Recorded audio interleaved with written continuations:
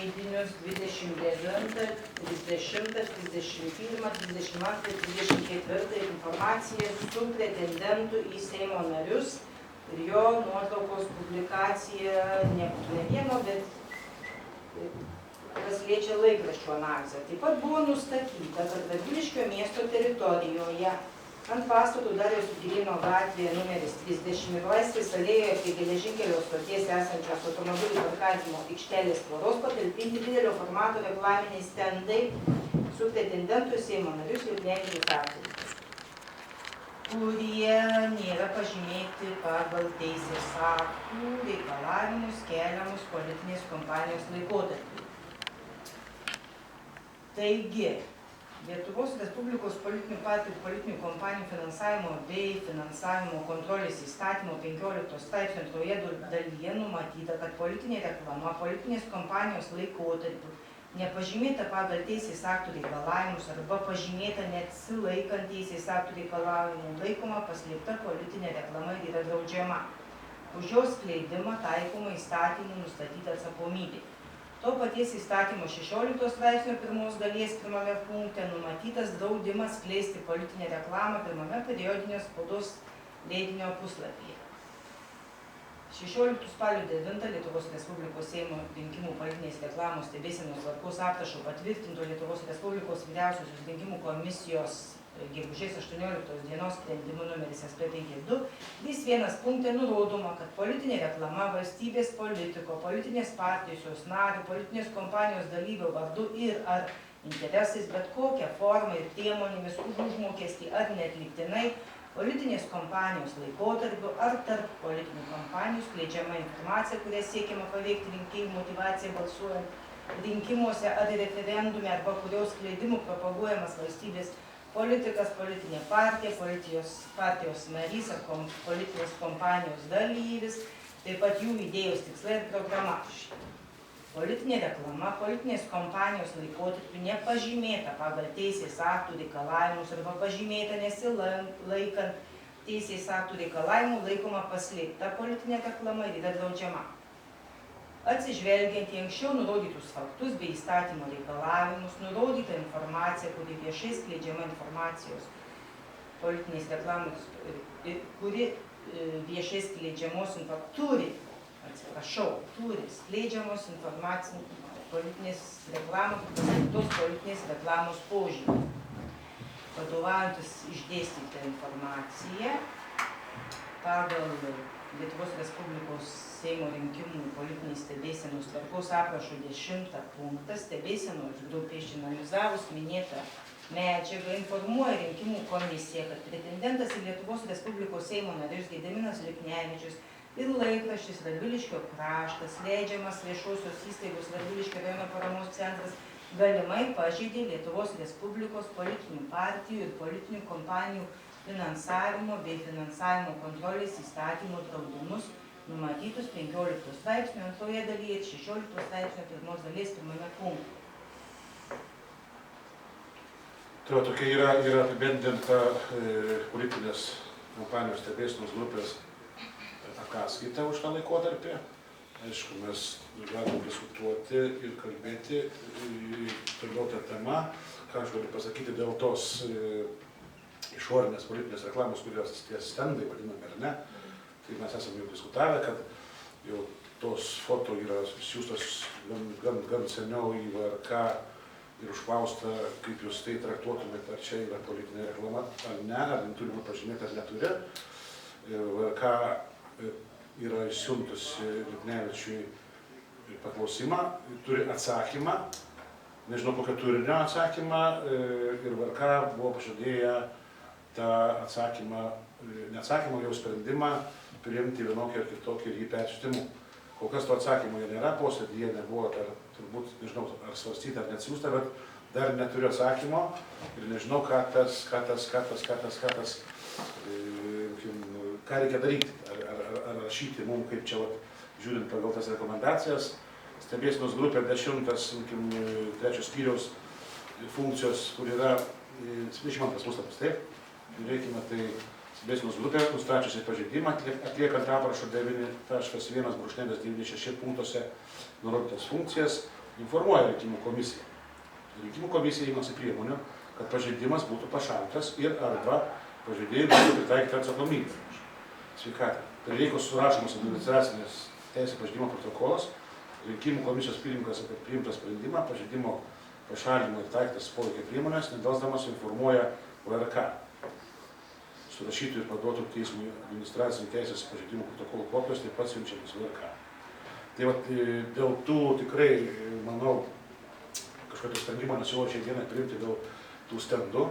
Tas yra, nes taip pat yra gauta foto ir išsiųsta į VRK žymiai Baisogaloje prie Uridanos sporto arenos, vadinamos, kur baseinas dabar pavirtęs sporto arena labai gražiai.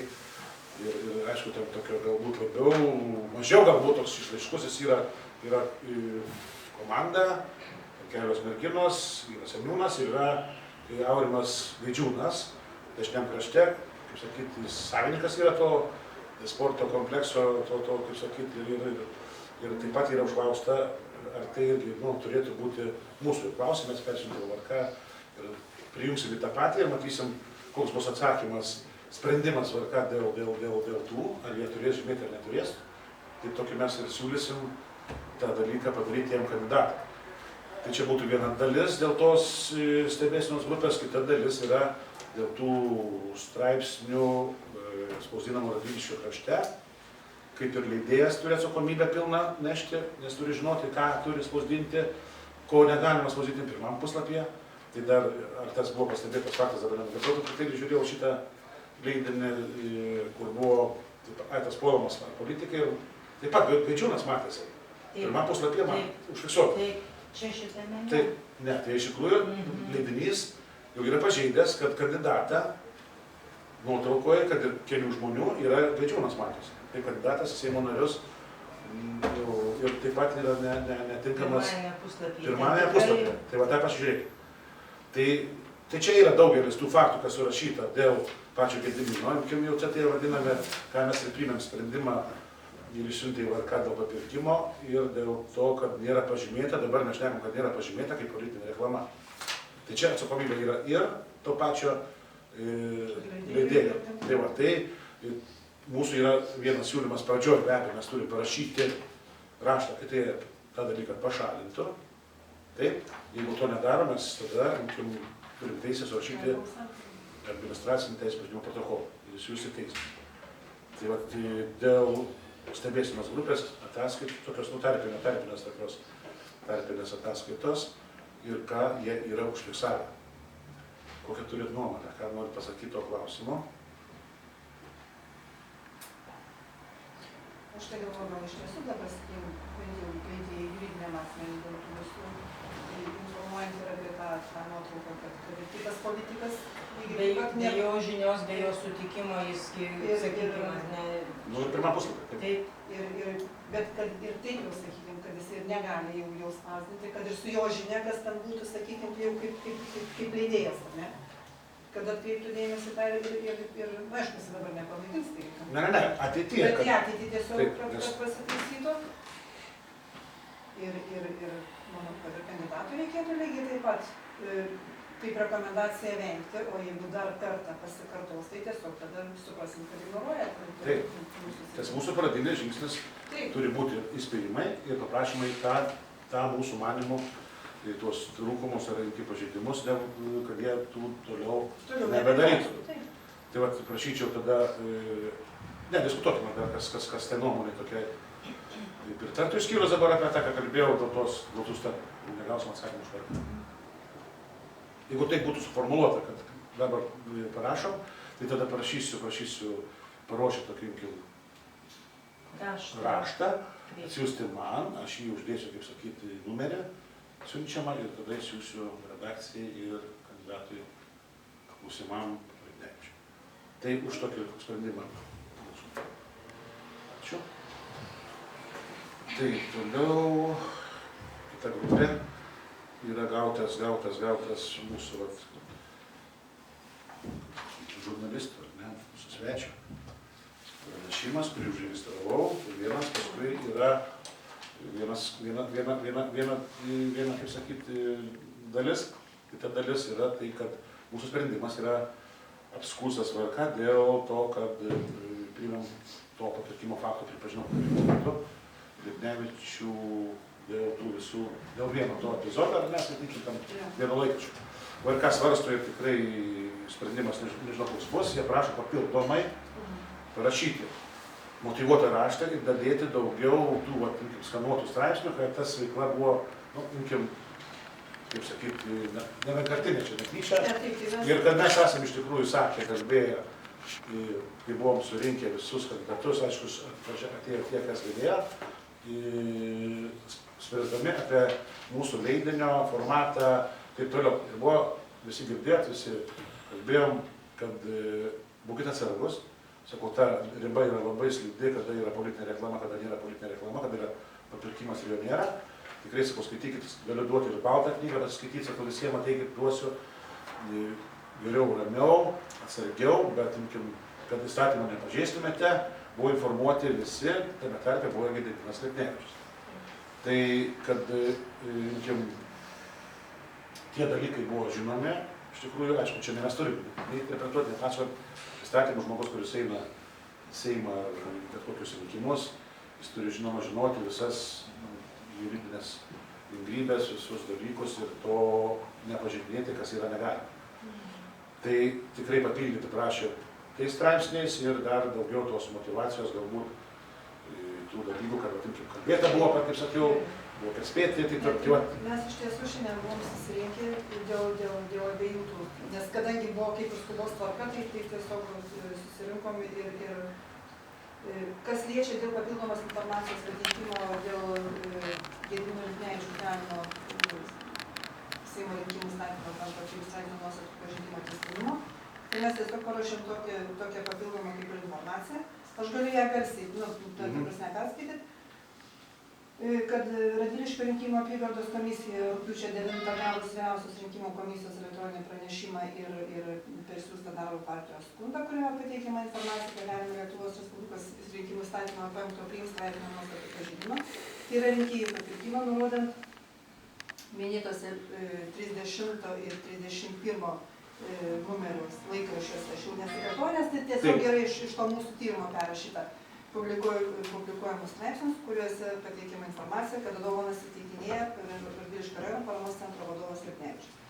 Tyrimo grupė susipažinusi su pranešimu ir skundu, išnagrinėjusi pateiktą rašytinę medžiagą ir laikraščiuose publikuojama informacija, kad kandidatas į Seimo narės Lipnevičiaus rinkimų agitacijos laikotarpiu nelygintinai dovanojo rinkėjų buities daiktus skelbimo mašinas, apie tai skleidžia informaciją laikraščiuose Radviliškio kraštas. Šitaip skatinant rinkėjus balsuoti už kandidatą, darė išvadą, kad vis tik buvo pažeistas įstatymo 5 priims straipsnio nuostatas ir pasiūlė Radviliškio rinkimų apygardos komisijai pritarti tyrimo grupės parengtam išvadų projektui ir nustačius papirkimo faktą Lietuvos Respublikos Seimo rinkimų įstatymo nustatytą tvarką internete paskelbti šią išvadą kartu su kandidato pasižadėjimu laikytis draudimo papirkti rinkėjus. 2016 m. rugpjūčio 24 d. Radviliškio apygardos rinkimų komisija pritarė tyrimo grupės išvadai ir pateikė ją vyriausiai komisijai. Rugpjūčio 30 d. vyriausia rinkimų komisija paprašė Radviliškio apygardos rinkimų komisijos pateikti daugiau informacijos apie kandidato į Seimo narį Lipnevičiaus galimą įstatymo 5 priims straipsnio nuostatų pažeidimo tęstinumą. Informuojame, kad dar iki 2016 rugpjūčio 22 dienos tyrimo grupės išvados 2016 m. rugpjūčio 12 dienos laikraštyje Radviliškio kraštas numeris 32 buvo publikuotas straipsnis Radviliškio krašto bendruomeniai padovanoti muzikos instrumentai su nuotrauka, kuriame pateikiama informacija, kad dovana muzikos instrumentas yra įteikta Radviliškio rajono paramos centro vadovo Lipnevičiaus. 2016 m. rugpjūčio 24 d. Radviliškio apygardos rinkimų komisijai svarstant tyrimo grupės išvadą. Kandidatas į Seimo narius Lipnevičius, teikdamas komisijai savo argumentus, kodėl nesutinka su tyrimo grupės išvada, informavo komisiją, jog 2016 rugpjūčio 26 rugsėjo 1 dienos laikraštyje Radviliškio kraštas numeris 34 taip pat bus informacija, kurią tyrimo grupė pripažino pagal įstatymo 5 priims straipsnio nuostatas, pažeidžiančią įstatymo 5 priims straipsnio nuostatas, bei nurodė, kad neturi jokios galimybės publikacijos iš būsimo laikraščio numerio išimti, nes leidinys jau yra sumaketuotas ir atiduotas spausdinti. Taip pat nurodė, kad laikraštyje Radviliškio kraštas numeris 35 jis nespausdins straipsnio nuostatas pažeidžiančias informacijos, nes jau turės galimybę jos neteikti spausdinimo maketavimui. Tyrimo grupė susipažinusi su laikraščio Radviliškio kraštas numeris 34 publikacijomis nustatė, kad laikraščio antrame puslapyje publikuojamas straipsnis Radviliškiečių labdara rajono gyventojams, kur yra pateikiama ir kandidato Seimo nario Lipnevičiaus nuotrauka su Grinkiškio bendruomenės pirmininkė Rasa Šaulienė. Be to, laikraščio Radviliškio kraštas numeris 34 pirmame puslapyje tęsinys nukeltas į trečią puslapį, publikuojamas straipsnis Partijos puola nepartinė, kuriame pateikiama informacija apie rugpjūčio 24 dieną Radviliškio apygardos rinkimų komisijos priimtus sprendimus kandidatui Seimo nario Lipnevičiaus atžvilgiu, aprašoma komisijos posėdėje vykusi diskusija, publikuojama posėdėje dalyvavusių komisijos narių nuotraukų. Tyrimo grupė susipažinusi su rugpjūčio 26 rugsėjo 1 laikraštyje Radviliškio kraštas numeris 34 spausdinamos publikacijomis ir atsižvelgdama į tai, kad nors rugpjūčio 24 dieną kandidatas į Seimo narius Lipnevičius informavo komisiją, jau neturi galimybės pašalinti publikacijos apie savo vykdomą labdaringą veiklą iš laikraščio numeris 34, kaip galimai pažeidžiant šį įstatymą straipsnio nuostatas, nes spaudinys jau yra sumaketuotas ir atiduotas spausdinti, tačiau akivaizdžiai jau po komisijos posėdžio turėjo galimybę į minimą leidinį įdėti didelės apimties straipsnį, kuriame prašomas būtent rugpjūčio 24 dienos Radviliškio apygardos rinkimų komisijos posėdis daro išvadą, kad kandidatas į Seimo narius Lipnevičius sąmoningai ignoruoja Radviliškio apygardos rinkimų komisijos žodinę rekomendaciją bei tyrimo grupės išvadą ir toliau vykdo tęstinę Lietuvos Respublikos Seimo rinkimų įstatymo 5 straipsnio nuostatų pažeidimą. Tai mūsų yra tokia papildoma informacija grupės suruošta ir tai čia bus su laikraščiu, aš nežinau, laikraščio tas originalas 34, tai čia, bet 32, kur prašė VRK dėl papildomo, kas minėta, tai gal su jūsų grupės irgi bus, nes jos vis tiek visus originalus reikės pateikti. Jo. Gerai, o dabar dėl sekančio buvo 30 dieną gauta irgi informacija Mariaus Aleksiūno, kuriame pranešimas dėl galimo rinkėjų papirkinėjimo. Mūsų grupė susipažino, bet gal kiti nesusipažinę, tai tiesiog pagarsinsiu. Gerbiami vyriausi rinkimų komisijos nariai, prašau išnagrinėti žemiau pateikiamą informaciją dėl galimo rinkėjų papirkinėjimo, pažeidžiant Seimo rinkimų įstatymą 5 straipsnio nuostatas. Savaitraštyje Radviliškio naujienos pasirodė informacija, kad šeimos labdaros ir paramos fondas surengė akciją, kurios metu buvo paremta 12 šeimų rajone po vieną skirtingoje seniūnijoje.